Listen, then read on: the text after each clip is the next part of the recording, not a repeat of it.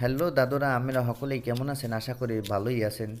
আম্মেগো দয় মুইও ভালোই আছি। আজকে চলে আসলাম আম্মেগো মাঝে নতুন একটা ভিডিও নিয়ে। এই ভিডিওটার মূল উদ্দেশ্য হচ্ছে কিভাবে গোলাপ জল তৈরি করতে হয় সেই জিনিসটা আজকে আপনাদের সাথে মুই শেয়ার করব। সেই পুরো ভিডিওটা দেখার জন্য অবশ্যই আপনি আমাদের চ্যানেলটাকে সাবস্ক্রাইব করে রাখবেন। লাইক কমেন্ট শেয়ার দিয়ে নতুন নতুন ভিডিও পাওয়ার জন্য অবশ্যই আমাদের পাশে থাকবেন। প্রথমে আমরা কি করব, গোলাপের পাপড়িগুলোকে আলাদা করে নিব।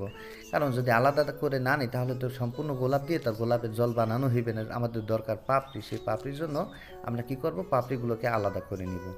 এখন এই পাপড়িগুলোকে ধোয়ার জন্য আমরা একটা জায়গায় নিয়ে যাব, যেইখানে মনে করেন যে এই গোলাপের পাপড়িগুলো একত্রিত করে সুন্দর করে পানি দিতে পারবো। কারণ এইগুলো তো ধোয়া লাগবে। ধুইয়া সুন্দর করে কসলাইয়ে ধুইয়ে ধুইয়ে একটা পাত্রে রাখতে হইবে।